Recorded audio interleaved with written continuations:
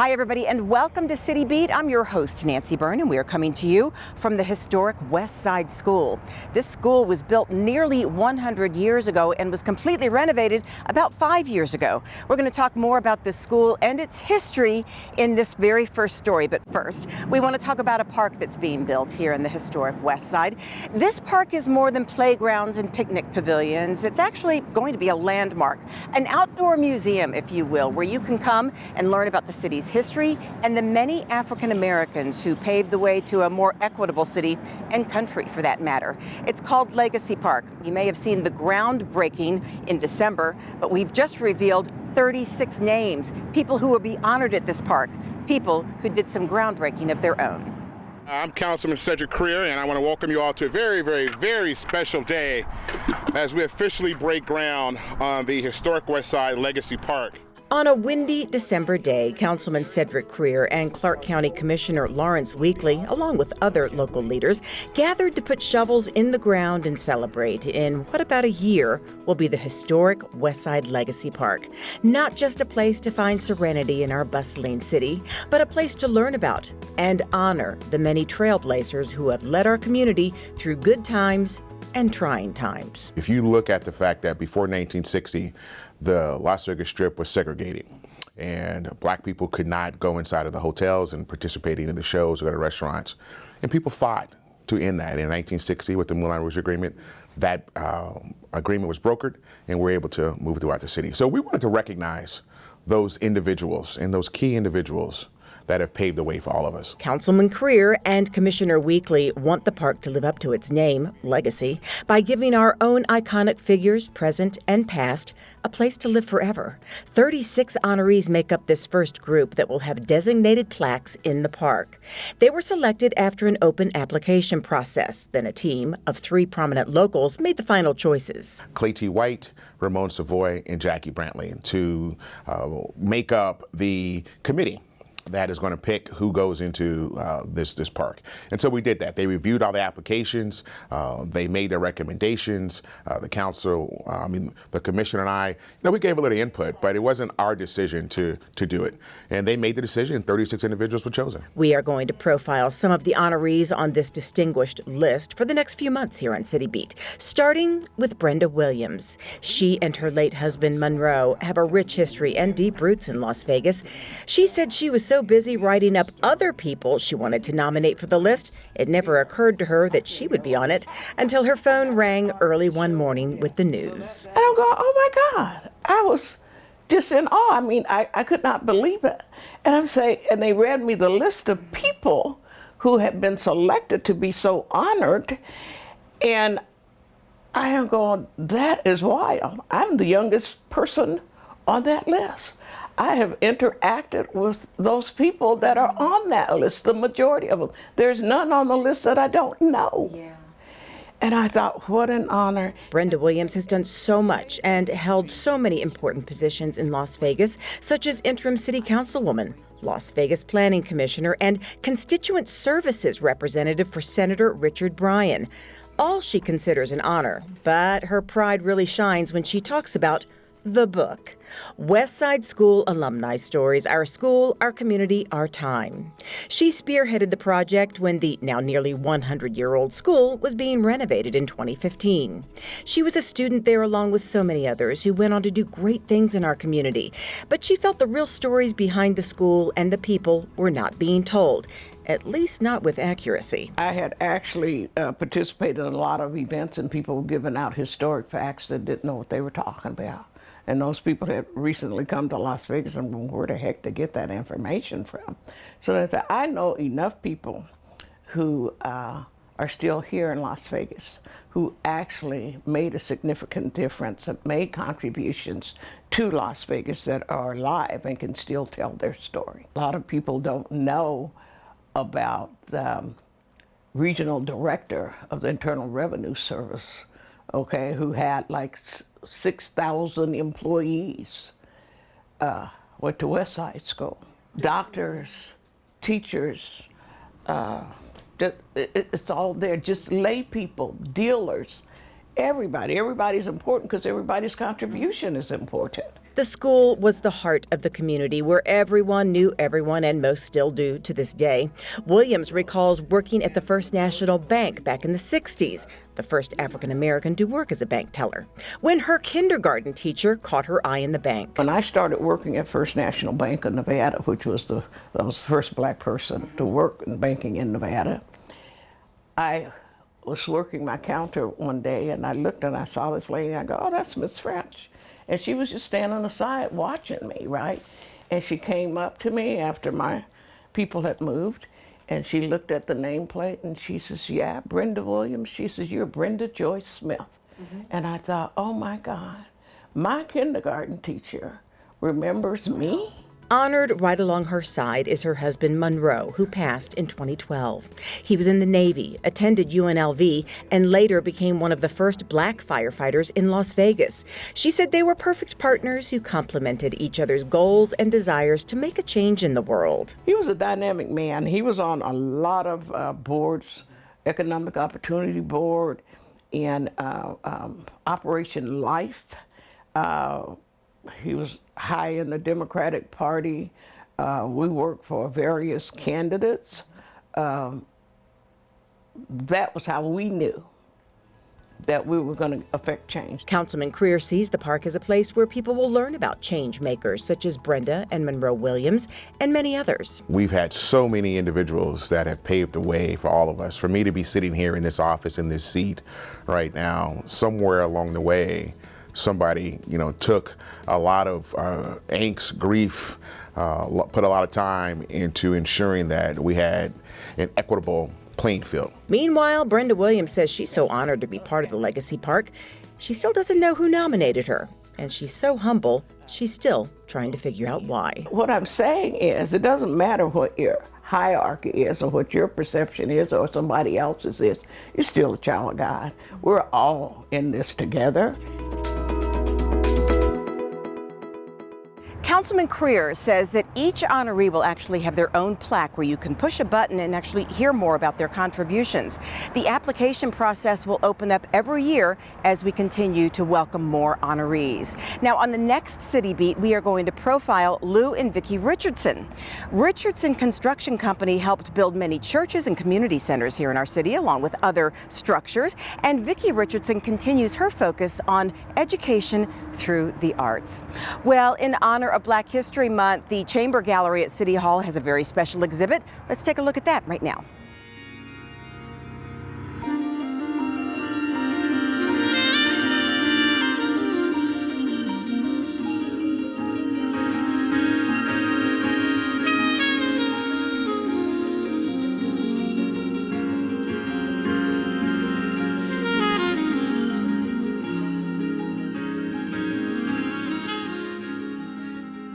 Well, this is the African American Heritage exhibit. Usually we have one every year.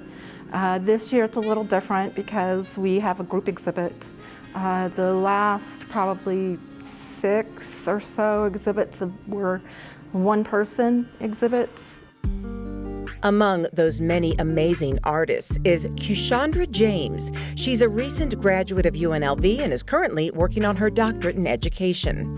She's been drawn to art since high school and is proud to have 2 paintings on exhibit here in the Chamber Gallery. This piece is my father's hands, and he's holding a necklace, and I, at this time, was dealing with the idea of juxtaposition, and I was working on the contrast between the ruggedness of the hands and the elegance of the necklace, even with the delicate reflections bouncing off of the necklace onto the back of the hands.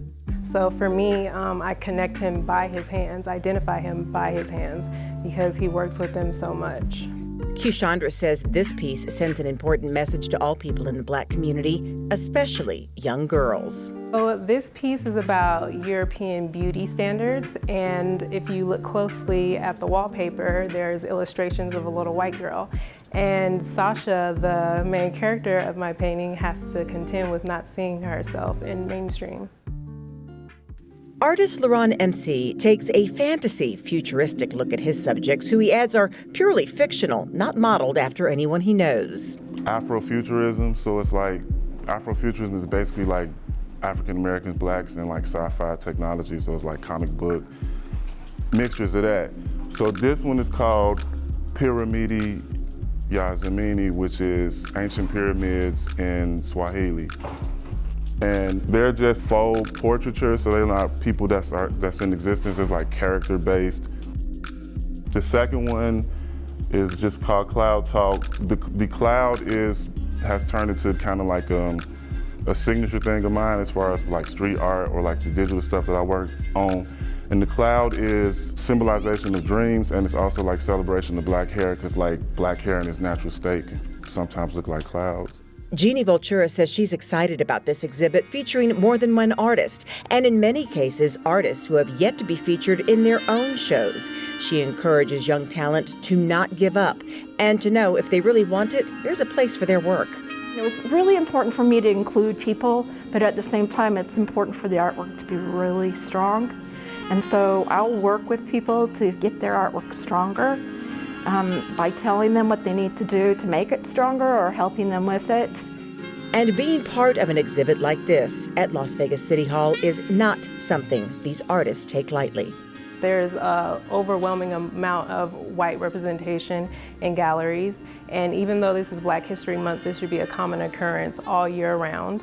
And I'm really happy to be a part in contributing to the community by being able to put art inside the gallery for that reason.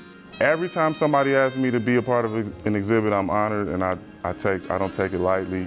I want to make sure I put my best work in and represent myself well. That exhibit will be in the Chamber Gallery through April 14th. Now, if you plan to come check it out, you can also plan on having your temperature checked and a few medical screening questions when you enter City Hall lobby. Also, face coverings and social distancing will be required.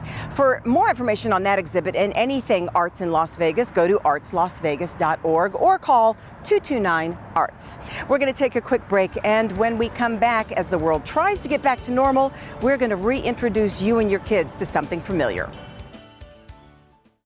Here at the GED Pep Talk Center, we have pep talkers standing by to get you motivated for your GED diploma. Text the name Terry to 69222 for a sympathetic pep talk. You show people what you really are. Or for a gentle pep talk, text the name Deborah. You know you're going to make people very proud of you. And if that's not enough, text the name Danny for an extreme pep talk. Prove everyone wrong. Show them you're the boss. Get your GED pep talk and find free GED classes. Text the name of the person you want a pep talk from to 69222. I rescued Toast from a shelter in 2011. I love Toast because she's a lazy diva. Toast makes me laugh. When I walked into the shelter, I knew she was special. Listen, I realize that I'm not perfect, but it all really started to change because you judge me for having a problem. No one is going to know that I need help. I need help. I know that no one is going to judge me for having a problem. I realize that I'm not perfect, but it all really started to change because you listen.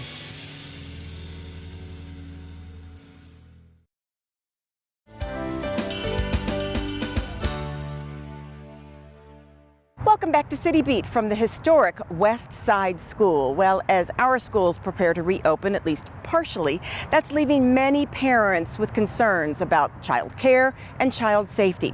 Well, the City of Las Vegas has heard those concerns and is trying to help out by opening up 70 SafeKey sites. Now, if you're not familiar with SafeKey, it's a before and after school program that provides education, fitness, and even some assistance with distance learning. We talked with a representative of SafeKey to find out how they're doing this safely and how there might be something in it for you.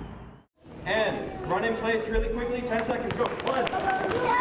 For years, parents and students have come to rely on the safety and assistance of our city's SafeKey programs, the before and after school program that gives kids a great place to get started on their homework or just blow off a little steam until mom or dad can pick them up from school. Those were the days before COVID-19. As we all know, just about everything shut down during the pandemic. But as the world takes steps to reopen, our schools here in Las Vegas are reopening on a limited basis as well.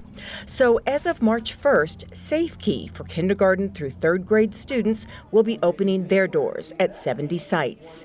If you're looking for a gratifying job, helping kids and parents, this may be an opportunity for you. Lelaine Vines is with the city's Youth Development and Social Innovation Department. We are looking for kind, committed, and smart individuals to join our team.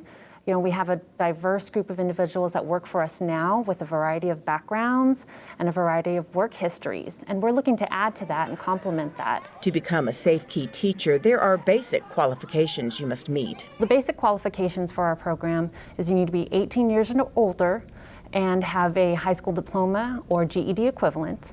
And then after that, you would be subject, if you're selected, you'd be subject to a variety of background checks, drug screening, and fingerprinting as well. And also, if selected, you'd need to be able to provide a CPR and first aid certification. But to really fit into the SafeKey philosophy, Lelaine says you need to be seeking more than just a job.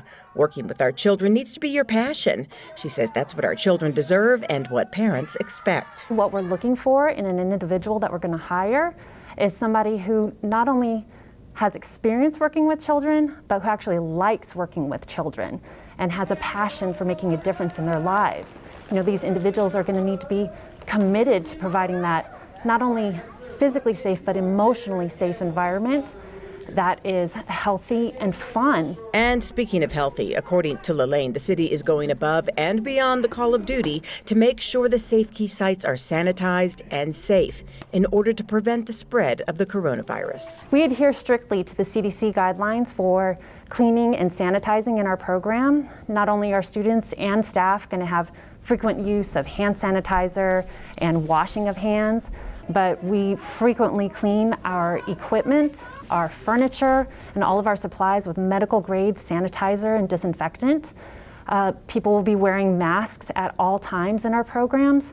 And for the first time in recent history, we're going to have to limit the number of enrollees in our program in order to ensure the appropriate physical distancing space in our program. So if you think a position with SafeKey is just what you're looking for, well, they're looking for you. Just go to lasvegasnevada.gov/jobs to apply. And for more information on SafeKey, where it's available, and how to sign your children up, go to lasvegasnevada.gov/SafeKey.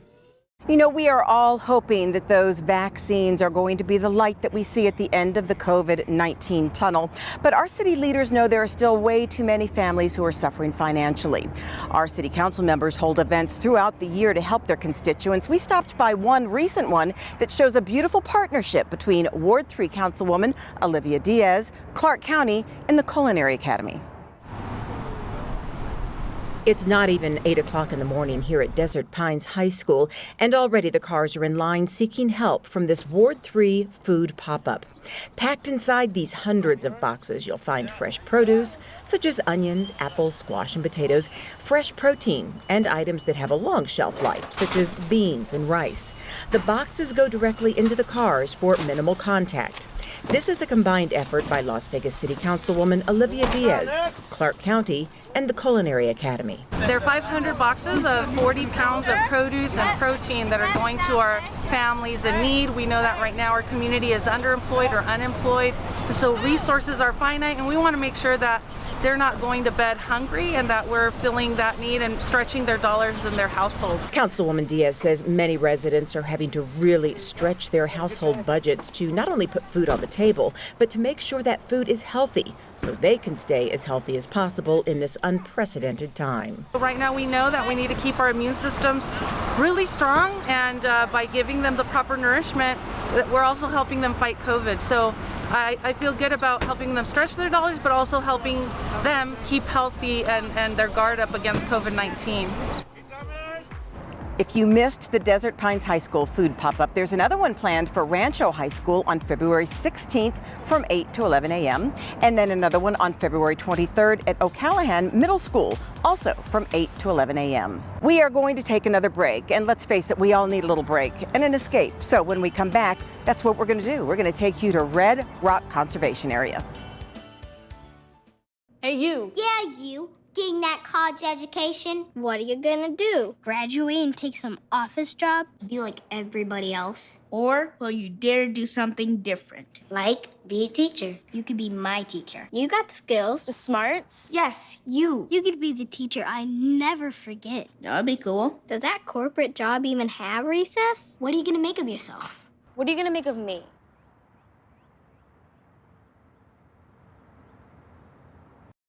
I adopted Bento in 2010 from a shelter. This cat makes me make art. He's my best friend, but a lot of people know him as Keyboard Cat.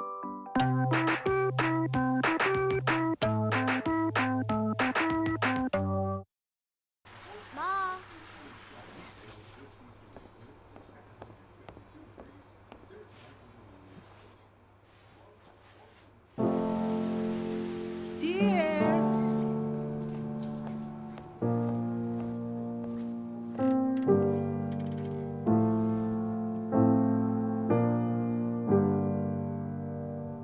Visit aarp.org/caregiving for information on how to provide even better care for the person who wants to care of you.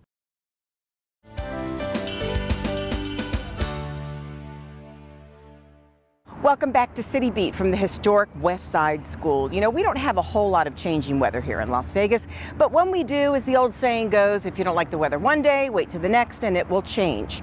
Well, that is exactly what photographer, editor, hiker Eric Sorensen discovered recently when he went out to Red Rock Canyon. He went there one day, and as you're about to see from this beautiful time-lapse video, clouds were a little threatening. Went back the next day, clear as a bell.